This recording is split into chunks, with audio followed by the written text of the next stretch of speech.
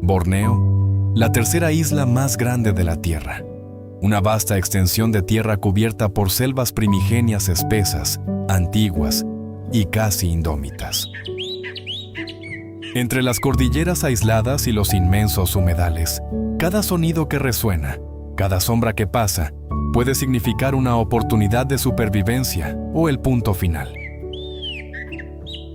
El calor está presente casi sin descanso. La humedad se adhiere al aire y la vegetación se entrelaza en un laberinto verde profundo que parece impenetrable. Los ríos teñidos de color limo serpentean cortando la selva, arrastrando sedimentos, ramas rotas y las historias que han sido escritas desde hace miles de años. En este lugar, la supervivencia no solo pertenece al más fuerte, sino también al que sabe adaptarse, al que sabe esperar y al que sabe resistir.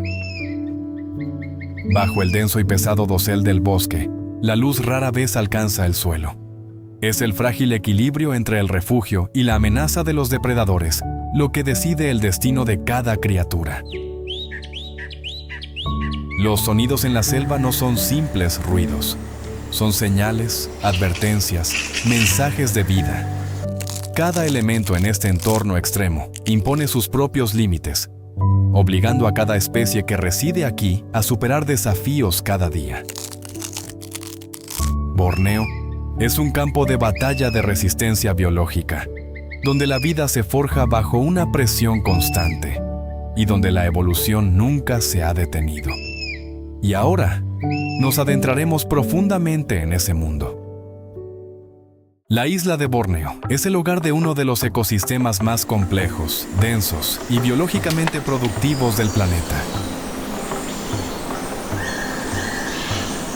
Aquí, las antiguas selvas tropicales se extienden por millones de hectáreas, entrelazadas con una vasta red de ríos. Crean un sistema vital conectado desde la cima del dosel hasta la capa de suelo húmedo y oscuro de abajo, y también las corrientes de agua siempre en movimiento.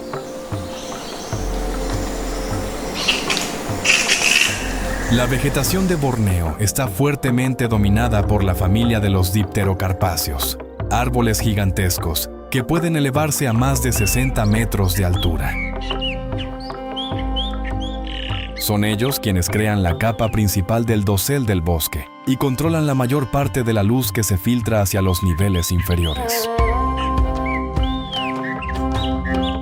Bajo esos troncos gigantescos, las capas de vegetación baja se desarrollan en condiciones de poca luz, donde cada hoja, cada pequeña abertura en el dosel, se convierte en un recurso valioso y de importancia vital. En las laderas, la estructura del bosque cambia notablemente a medida que el suelo se vuelve más seco y la capa de árboles bajos se vuelve más rara. Mientras tanto, en las tierras bajas y los pantanos, el agua se estanca por largos periodos, creando ecosistemas inundados ricos en nutrientes y llenos de vitalidad. La gruesa capa de hojarasca que cubre el suelo del bosque no es solo el resto de la vida que pasó. Es una máquina de reciclaje biológico que funciona sin descanso, donde los microorganismos e insectos descomponen la materia orgánica, devolviendo los nutrientes al suelo para iniciar un nuevo ciclo. Los ríos turbios que fluyen a través de la selva profunda no solo transportan sedimentos, sino que también actúan como las arterias vitales de todo el ecosistema. Llevan semillas, nutrientes e innumerables formas de vida, conectando áreas que parecen separadas en una entidad unificada y en constante intercambio. Las estadísticas científicas muestran que Borneo es el lugar de residencia de más de 15.000 especies de plantas, unas 220 especies de mamíferos y más de 400 especies de aves, junto con miles de especies de insectos y organismos que aún no han sido estudiados por completo. Esto convierte a este lugar en uno de los puntos críticos de biodiversidad más importantes del mundo. Más notable aún es que muchos estudios en las últimas décadas muestran que, en promedio, cada año todavía se registran decenas de nuevas especies en Borneo. Desde insectos y anfibios hasta plantas, lo que demuestra que este bosque todavía esconde innumerables secretos que no han sido descubiertos del todo. Cada nivel del bosque desempeña un papel propio, pero está estrechamente vinculado con todo el resto. El suelo es donde ocurre la descomposición, la regeneración y el inicio de nuevos ciclos. El estrato arbustivo y el nivel medio son el refugio de innumerables especies pequeñas. Y en lo alto, el dosel se convierte en el territorio de los primates, las aves grandes y las especies frugívoras que se desplazan entre los corredores biológicos aéreos. El aire siempre está saturado de humedad. La temperatura se mantiene relativamente estable durante todo el año, y la abundancia de lluvias crea las condiciones para que la fotosíntesis ocurra casi continuamente. Esto ayuda a mantener la productividad biológica en niveles muy altos, al mismo tiempo que impulsa tanto la velocidad de crecimiento como la competencia constante entre las especies. Borneo no es simplemente un bosque, es un sistema vivo de múltiples niveles, complejo y entrelazado, como un rompecabezas gigante de muchos entornos fusionados en uno solo. Donde cada detalle, por pequeño que sea, contribuye a mantener el equilibrio general. Y tal vez, en esa armonía casi perfecta, muchas personas sientan la huella del Creador. Como si su propio poder hubiera dispuesto cada nivel del bosque, cada corriente de agua, cada pequeña vida para que coexistan en un orden sofisticado que va mucho más allá de cualquier casualidad. Es también en esa profunda complejidad donde la vida ha evolucionado por los caminos más refinados, creando un mundo donde todo está conectado y ningún ser vivo existe realmente solo. Entre esas copas de árboles gigantes vive una de las especies más emblemáticas de la selva tropical, un gran primate que vive de forma solitaria, portando consigo una inteligencia sobresaliente y una fuerza asombrosa. Se trata del orangután. En el dosel alto del bosque de Borneo, el orangután se desplaza lentamente entre las ramas de los árboles, pero cada paso es preciso, cauteloso y calculado.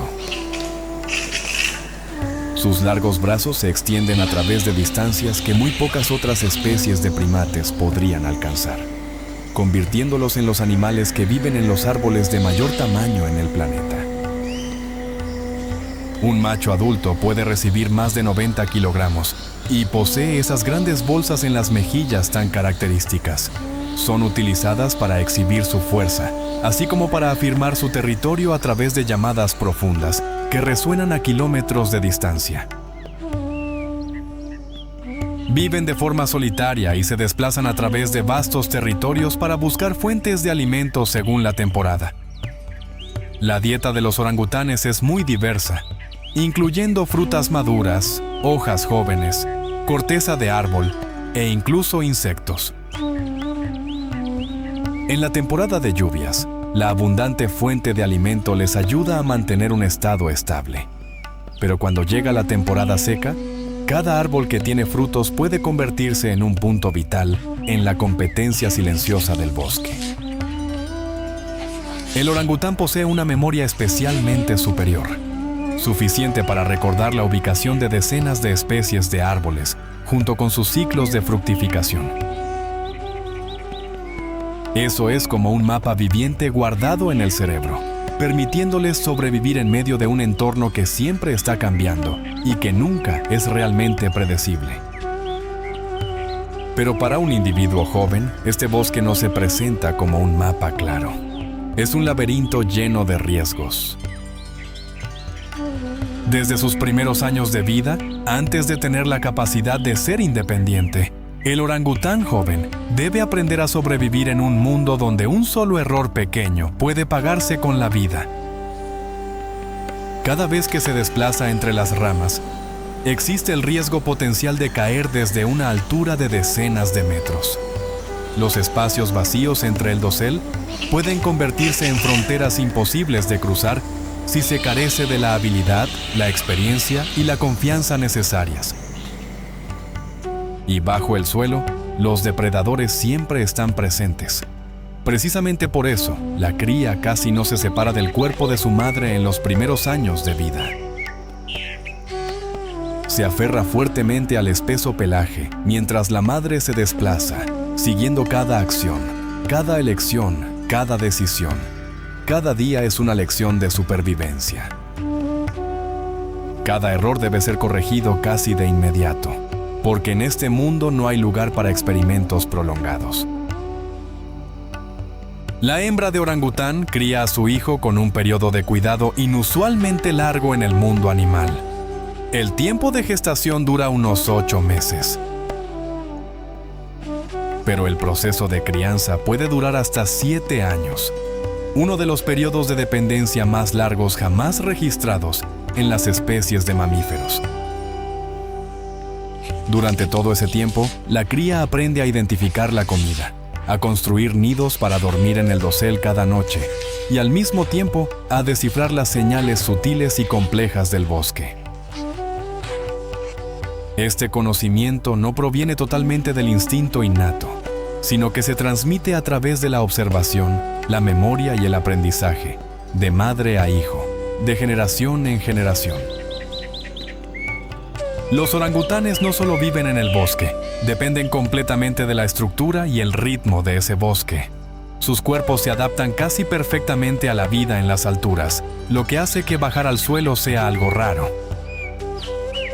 Pero a veces, cuando se ven obligados a cruzar espacios abiertos o zonas de aguas poco profundas, deben entrar en un entorno completamente desfavorable, donde la velocidad y la fuerza ya no son ventajas claras.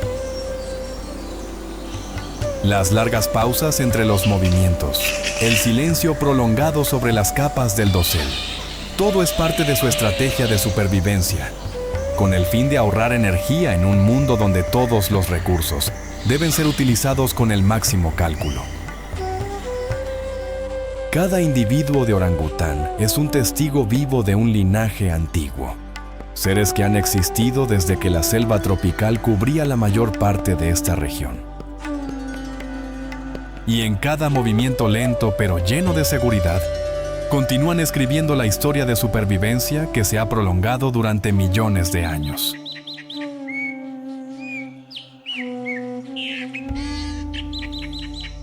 A orillas de los ríos de Borneo, otra especie de primate muestra hábitos muy diferentes, con movimientos ágiles y un comportamiento social más activo en comparación con muchas especies que viven profundamente en el bosque. Viven en grupos y exploran con frecuencia las copas de los árboles cerca del agua. Entre los troncos y las raíces expuestas, resuena un sonido extraño que anuncia su presencia. Es el mono narigudo. En las orillas de los ríos serpenteantes de Borneo, los grupos de monos narigudos se desplazan con agilidad entre las ramas bajas y el sistema de raíces que emerge del suelo. Viven cerca del agua, donde la espesa vegetación no solo proporciona refugio, sino que también aporta una fuente de alimento estable durante todo el año.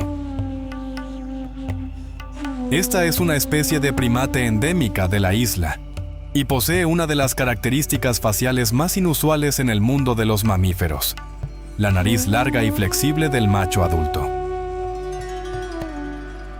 Esta estructura funciona como un resonador de sonido en sus vocalizaciones, ayudando a transmitir señales de advertencia, atraer parejas y consolidar la jerarquía dentro del grupo. Esta especie forma grupos sociales que incluyen un macho dominante, varias hembras junto con las crías, Los vínculos se mantienen a través del sonido, el contacto físico y comportamientos como el aseo o el baño colectivo. Durante el día, comen hojas jóvenes, frutas verdes y semillas. El proceso de digestión ocurre lentamente, dependiendo de un complejo sistema estomacal con capacidad para fermentar la celulosa de las plantas acuáticas. Estas adaptaciones les permiten explotar eficazmente fuentes de alimento que muchas otras especies no pueden aprovechar. El desplazamiento entre las copas de los árboles se realiza mediante saltos controlados, combinados con el nado frecuente. Son excelentes nadadores, utilizando las membranas entre los dedos de los pies para cruzar ríos y escapar de los depredadores acuáticos. Cuando se sienten amenazados, pueden sumergerse y permanecer bajo el agua durante más de medio minuto. La vida cerca del río exige una vigilancia constante, porque los cocodrilos y las pitones comparten este hábitat. El tamaño de los grupos cambia según la abundancia de recursos. En la temporada seca, las manadas se concentran en las zonas donde la vegetación ribereña aún mantiene hojas frescas. En la época de inundaciones, se desplazan a los árboles más altos para evitar las fuertes corrientes y los torrentes de agua. La coordinación entre los individuos es esencial, y cada desplazamiento ocurre bajo la guía del macho alfa. Las crías aprenden a trepar y saltar entre las ramas muy rápido, siempre pegadas a la madre en cada movimiento. El cuidado de los padres es muy fuerte y prolongado, asegurando la supervivencia de la cría en un entorno siempre cambiante.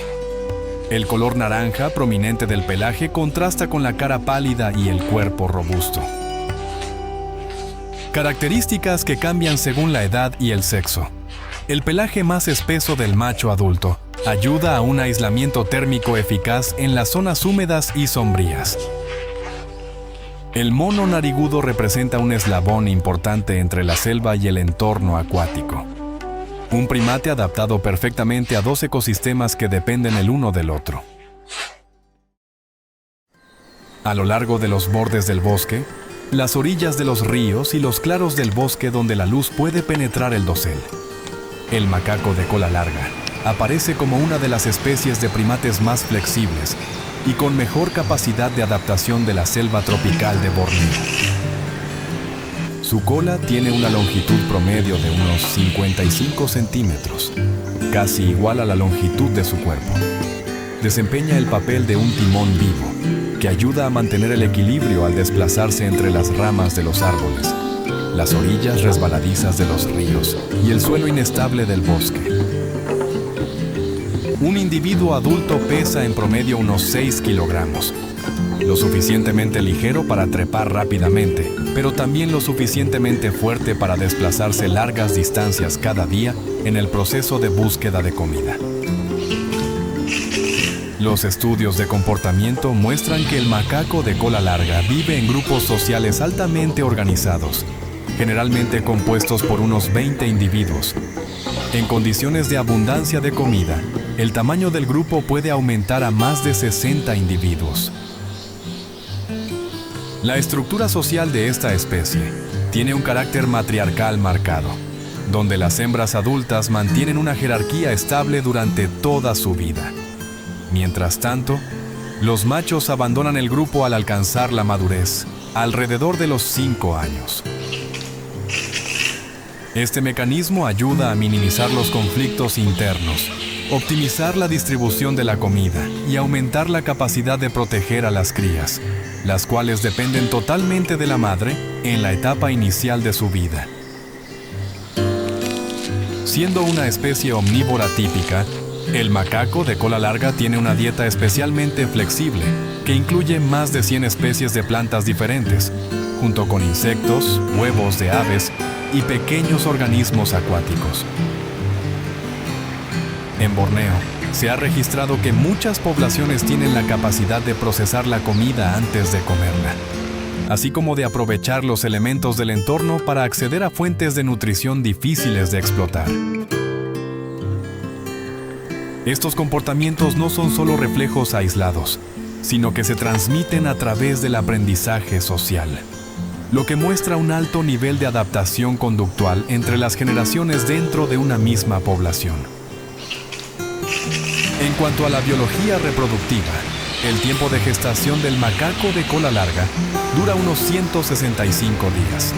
Las crías suelen nacer en el momento en que la fuente de comida es más abundante en el año. La cría se aferra fuertemente al cuerpo de la madre en los primeros meses de vida, aprendiendo a desplazarse, buscar comida y reconocer los peligros a través de la observación directa. En condiciones ambientales estables, la esperanza de vida de esta especie en la naturaleza puede alcanzar unos 25 años, una cifra relativamente alta para una especie de primate que vive en un entorno con tantos riesgos. Su amplia presencia convierte al macaco de cola larga en un eslabón importante en el ecosistema de la selva tropical, contribuyendo a la dispersión de semillas, el control de las poblaciones de insectos y el mantenimiento del equilibrio de la cadena alimentaria. Al mismo tiempo, también son una fuente de alimento para las especies depredadoras más grandes. Es precisamente su alta capacidad de adaptación lo que les ha permitido existir en áreas donde muchas otras especies de primates no pueden mantener poblaciones estables. Sin embargo, a medida que la selva tropical de Borneo continúa reduciéndose y fragmentándose, esa flexibilidad también los acerca más a los seres humanos, creando interacciones cada vez más complejas entre los animales salvajes y el entorno artificial. En los niveles más altos del dosel de la selva tropical de Borneo, donde la luz del sol durante el día difícilmente puede llegar, y el espacio está dominado por troncos de árboles antiguos de decenas de metros de altura, existe una comunidad de organismos especial que vive con un ritmo de vida completamente opuesto al mundo de abajo. Se trata de los murciélagos frugívoros gigantes, pertenecientes al género Pteropus. Estos individuos pueden alcanzar una envergadura de casi 2 metros, con un peso que supera el kilogramo, lo que los convierte en una de las especies de murciélagos más grandes del planeta. A diferencia de la mayoría de las especies de murciélagos que utilizan la ecolocalización por ultrasonidos, ellos evolucionaron para depender principalmente de una visión desarrollada y un sentido del olfato extremadamente agudo. Durante todo el día, toda la colonia se cuelga de las ramas grandes de los árboles, en un estado de reposo casi inmóvil, con el fin de ahorrar energía y evitar las altas temperaturas. Sus alas se pliegan rodeando el cuerpo para ayudar a limitar la pérdida de agua y al mismo tiempo protegerse del sol directo. Cuando cae el atardecer y la temperatura comienza a bajar, su actividad aumenta gradualmente. En solo un corto periodo de tiempo, cientos de individuos despegan simultáneamente, creando una ola de movimiento que se extiende por todo el cielo de la selva tropical. Gracias a su capacidad de vuelo superior a larga distancia, un individuo puede desplazarse más de 50 kilómetros en una noche para buscar fuentes de alimento. Su dieta consiste principalmente en tipos de frutas ricas en azúcar como higos, mangos silvestres y bananas silvestres, junto con el néctar de las especies de árboles que florecen de noche. El proceso de alimentación no solo consiste en consumir energía, sino que también desempeña un papel ecológico importante. La mayor parte de las semillas no son digeridas completamente, sino que se dispersan en trayectos largos a través de las heces o de la parte de fibra que es escupida, ayudando a las plantas a expandir su rango de distribución de manera eficaz. Algunos estudios ecológicos muestran que los murciélagos frugívoros pueden ser un factor decisivo en la regeneración del bosque después de eventos de destrucción como incendios forestales o explotación. Ellos llevan las semillas a áreas vacías a las que otras especies difícilmente pueden acceder. contribuyendo a reiniciar el ciclo de crecimiento de la vegetación. Precisamente por eso, a menudo se les llama los jardineros del cielo. No por un comportamiento consciente, sino por su papel insustituible en el mantenimiento de la estructura y la función del ecosistema de la selva tropical. Sin embargo, a pesar de vivir en el nivel alto y tener la capacidad de desplazarse lejos, todavía deben enfrentarse a muchas amenazas. Desde especies depredadoras como águilas y búhos grandes, hasta el impacto de los seres humanos como la pérdida del hábitat y la caza. Aún así, en el vasto espacio de Borneo, esos vuelos nocturnos continúan de manera persistente, conectando los bosques, transportando la vida y manteniendo el ciclo ecológico que ha existido a través de millones de años de evolución.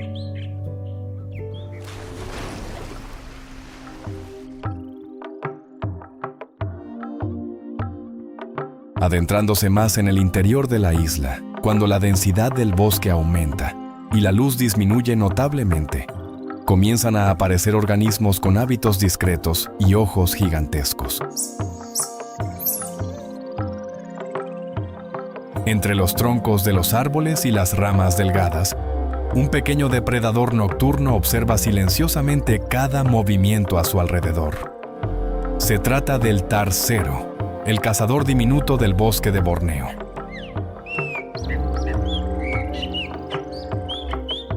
En las selvas densas del interior, el tarsero permanece casi inmóvil sobre una rama delgada, vigilando el entorno con sus ojos grandes desproporcionados con su cuerpo. Esta es una especie de primate de tamaño muy pequeño, de solo poco más de 10 centímetros de largo y un peso de menos de 200 gramos. Sus ojos fijos, orientados hacia adelante, le brindan la capacidad de visión binocular y una percepción de profundidad precisa. Esta es una característica extremadamente importante para cazar presas que se desplazan rápido entre las copas de los árboles en condiciones de poca luz.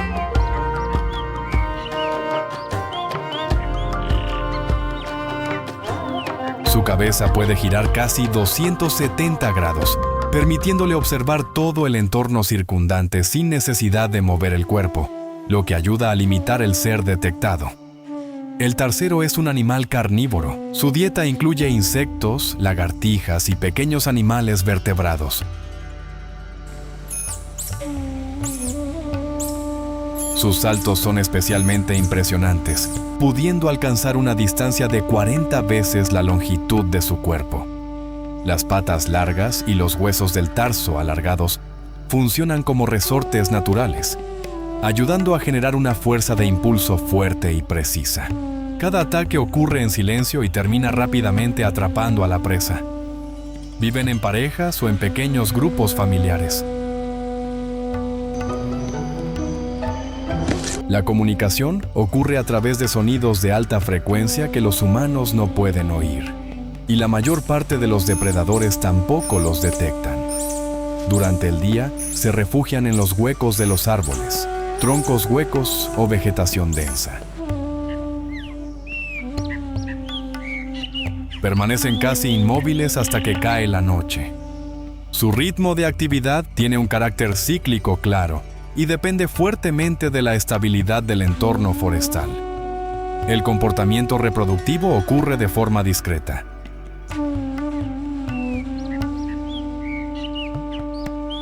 La hembra suele parir solo una cría por camada, y la cría al nacer ya tiene los ojos abiertos y la capacidad de aferrarse a las ramas de inmediato.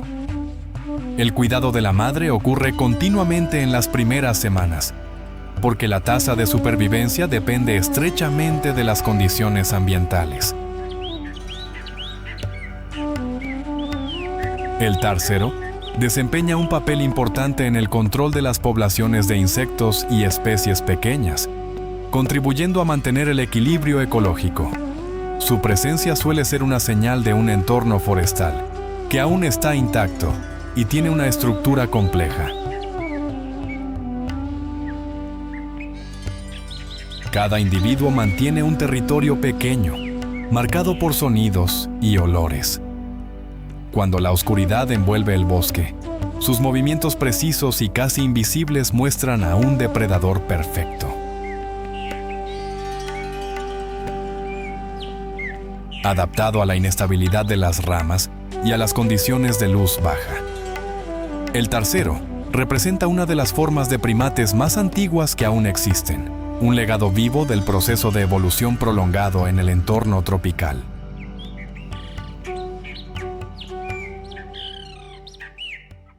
Desde los niveles más altos del dosel, sonidos poderosos que resuenan pueden extenderse a kilómetros de distancia.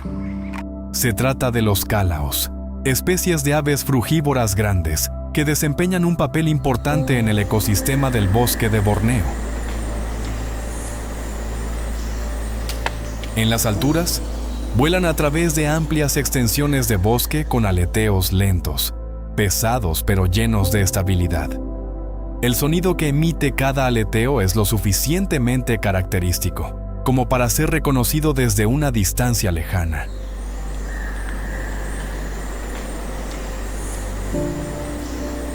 Estas especies de aves desempeñan un papel esencial en la dispersión de semillas, conectando diferentes áreas del bosque. El pico largo y el casco óseo en la cabeza no solo son características de identificación, sino que también ayudan a amplificar el sonido.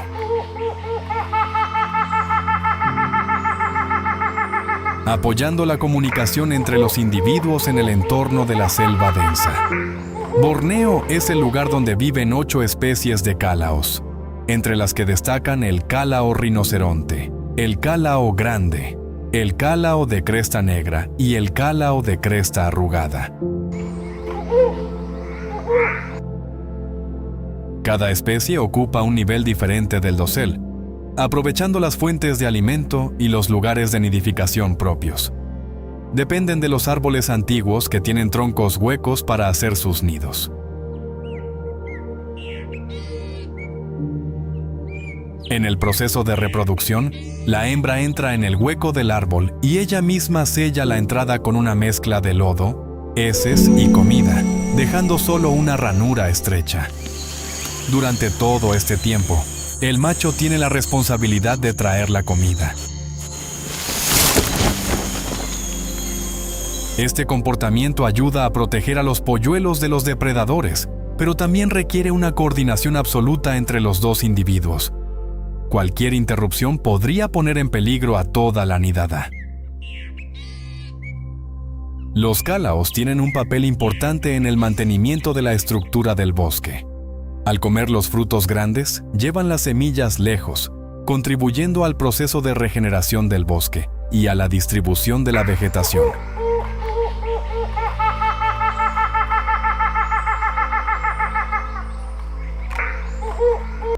Su presencia suele mostrar un bosque maduro, con un ecosistema estable y una fuente de alimento abundante.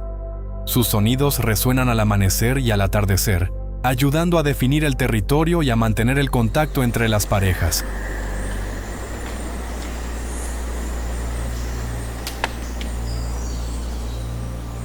El cálao rinoceronte, con una longitud de más de 1 metro, es una de las especies más emblemáticas de la región. Entre las copas densas de los árboles, su desplazamiento ayuda a mantener el vínculo entre las zonas del bosque.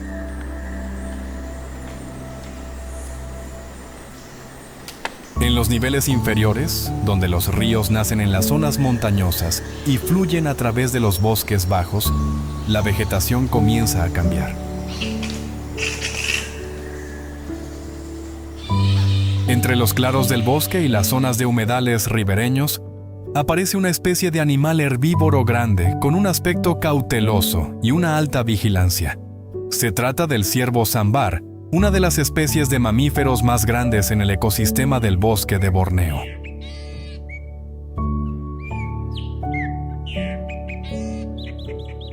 En las llanuras y orillas de los ríos, el ciervo sambar se desplaza de forma silenciosa entre los arbustos y los mantos de juncos. Esta es una especie de animal terrestre de gran tamaño, que puede medir más de 2 metros de largo y pesar hasta 250 kilogramos.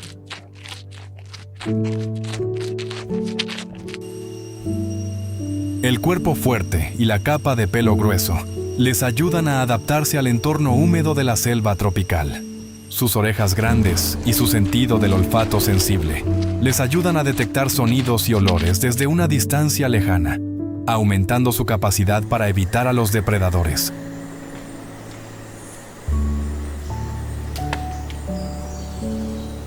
El sambar es un herbívoro selectivo.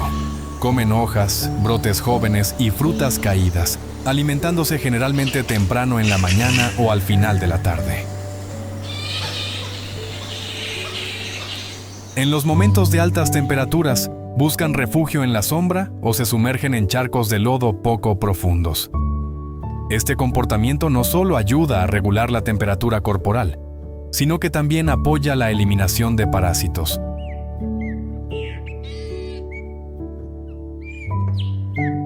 El macho posee una gran cornamenta, que vuelve a crecer cada año y es utilizada en las competencias para ganar parejas. En la temporada de reproducción, emiten sonidos graves y cortos para advertir a los rivales y afirmar su posición.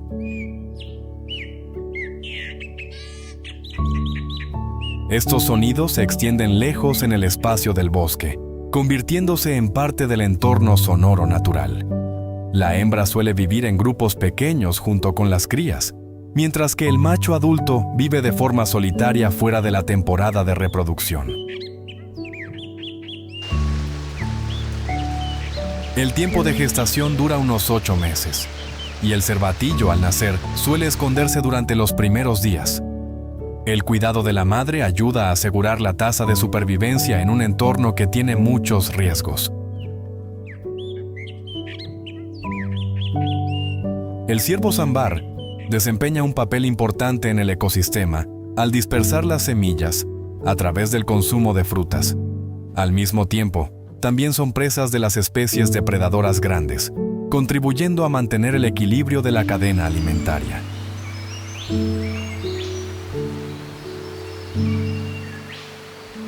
Su presencia suele mostrar un hábitat amplio, estable y con suficientes fuentes de recursos. Al atardecer, emergen de la selva densa para alimentarse en las zonas abiertas cerca del agua.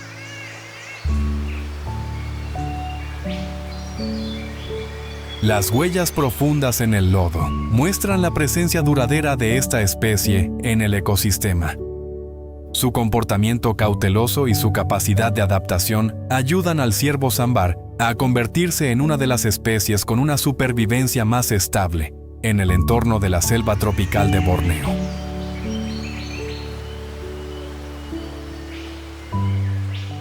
En el norte de Borneo, sobre los árboles grandes que se elevan por encima del nivel del dosel principal del bosque, cientos de especies de mamíferos con alas se reúnen en colonias densas.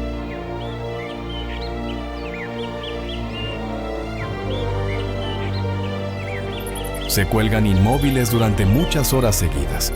Se trata de los zorros voladores, también conocidos como murciélagos frugívoros gigantes. Esta es la especie de murciélago frugívoro más grande conocida, con una envergadura que puede alcanzar los 1,5 metros y un peso que supera el kilogramo.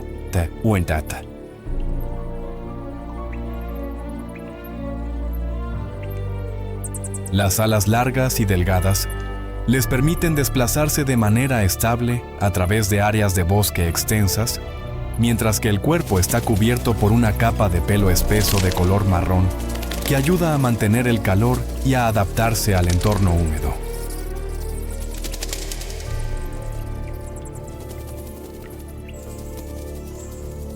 Sus ojos grandes les brindan una buena capacidad de observación en condiciones de luz baja. Durante el día, forman colonias densas en los árboles grandes, donde cientos de individuos se cuelgan cerca unos de otros.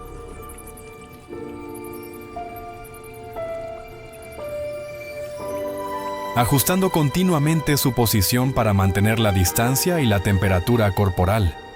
El sonido de los aleteos suaves y los chillidos cortos crean un sonido de fondo continuo que rodea el área.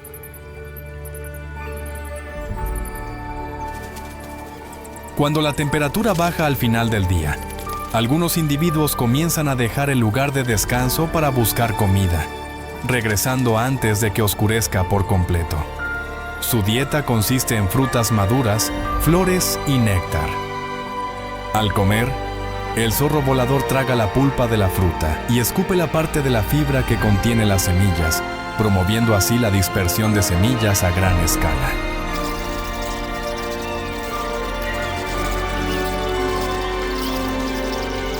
Las especies de árboles como los higos, el jaco silvestre y muchas otras plantas dependen significativamente de esta actividad para mantener poblaciones estables. Su desplazamiento entre las zonas de bosque forma corredores ecológicos, ayudando a transportar nutrientes y a mantener la diversidad genética entre las poblaciones de plantas. La organización social de esta especie es relativamente flexible. Dentro de las colonias grandes, se forman grupos pequeños que interactúan entre sí a través de sonidos y gestos corporales.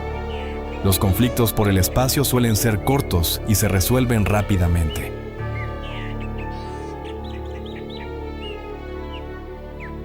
La hembra solo pare una cría en cada ocasión, y la cría se aferrará al cuerpo de la madre durante el tiempo inicial, hasta que tenga la capacidad suficiente para volar de forma independiente.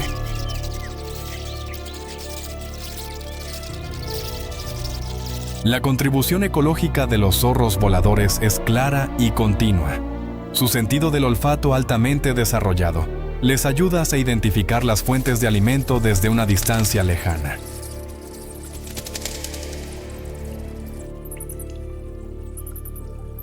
El consumo de muchos tipos de frutas diferentes también ayuda a mantener el equilibrio en las fuentes de alimento para otras especies. Su papel en la polinización y la dispersión de semillas los convierte en un componente indispensable del ecosistema de la selva tropical de Borneo. Su presencia refleja un entorno estable y con capacidad de mantener los ciclos biológicos naturales. Por el contrario, la disminución de su número puede llevar a un desequilibrio ecológico y a la disminución de la diversidad vegetal. Cuando se piensa en los seres vivos que dominan la Tierra, los humanos suelen imaginar especies de animales gigantes como la ballena azul o los depredadores que están en la cima de la cadena alimentaria.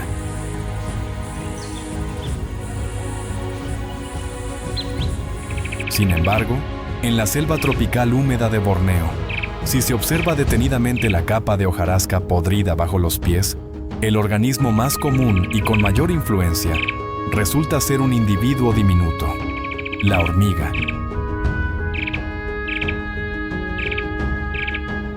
Con un número total estimado de unos 10.000 billones de individuos en todo el mundo, la biomasa de las hormigas es casi equivalente a la de toda la especie humana.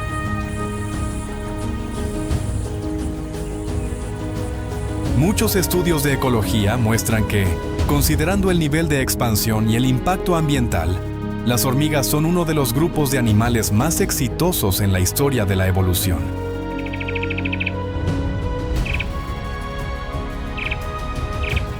En Borneo, las hormigas aparecen en todos los niveles del bosque, desde la capa de suelo, los troncos de árboles podridos hasta los niveles del dosel bajo. Participan directamente en el proceso de descomposición de la materia orgánica, airean el suelo, dispersan semillas y controlan otras poblaciones de insectos. Gracias a ello, contribuyen a dar forma a la estructura y función de todo el ecosistema de la selva tropical. Aunque los insectos han aparecido en la Tierra hace más de 400 millones de años, las hormigas aparecieron hace solo unos 100 millones de años, en el mismo periodo que los dinosaurios. En la etapa inicial, no dominaban. Solo después del gran evento de extinción, hace unos 60 millones de años, las hormigas comenzaron a desarrollarse fuertemente y a extenderse por todo el mundo. Hoy en día, la ciencia registra más de 16.000 especies de hormigas diferentes. El éxito de las hormigas está ligado a una estructura social altamente organizada. Cada colonia incluye dos grupos principales: la hormiga reina reproductiva y las hormigas obreras no reproductivas. En el bosque de Borneo, la formación de una nueva colonia comienza con el vuelo nupcial, cuando los individuos con alas vuelan por el aire para aparearse. Después de eso, el macho muere, mientras que la hormiga reina cae al suelo.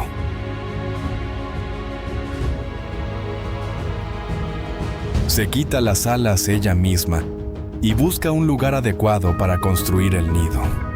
La tasa de supervivencia es muy baja, solo alrededor de 1 de cada 500 individuos puede sobrevivir para formar una nueva colonia.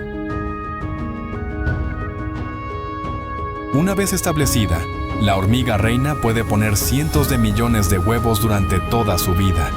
La mayor parte de los huevos eclosionan como hormigas obreras, individuos que asumen todas las funciones en el hormiguero. Sus roles no son fijos, sino que dependen de la nutrición durante la etapa de desarrollo, lo que lleva a una diferenciación en tamaño y tareas. Pueden cuidar de las larvas, construir el nido, buscar comida o proteger el territorio. Millones de estos individuos funcionan como un sistema unificado a través de la comunicación química. Los estudios han demostrado que las hormigas utilizan feromonas para crear rastros, transmitir señales y coordinar actividades. Más de 20 tipos de feromonas diferentes les permiten identificar fuentes de alimento, emitir señales de peligro y reaccionar casi de inmediato a los cambios en el entorno. En la selva de Borneo, este sistema ayuda a las hormigas a operar como un superorganismo, existiendo y desarrollándose de manera sostenible a través de millones de años de evolución.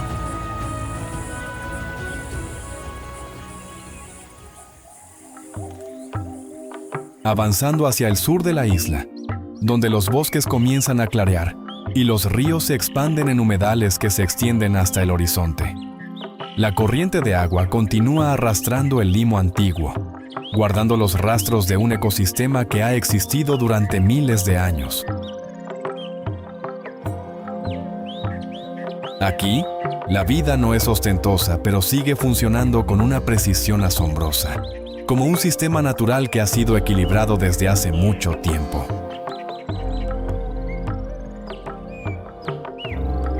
Borneo sigue siendo uno de los últimos refugios de la vida primigenia en la Tierra. Más de 15.000 especies de plantas, cientos de especies de mamíferos y aves coexisten en una red biológica compleja. Cada especie desempeña su propio papel y cada interacción contribuye a mantener la estabilidad de todo el ecosistema, desde el dosel donde vuelan los cálaos hasta los ríos donde se esconden los cocodrilos. Desde el orangután que vive solitario en las alturas, hasta las manadas de ciervos ámbar que se desplazan por el suelo.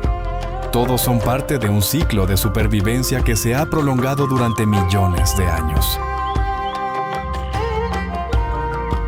Sin embargo, este ciclo está siendo alterado gradualmente.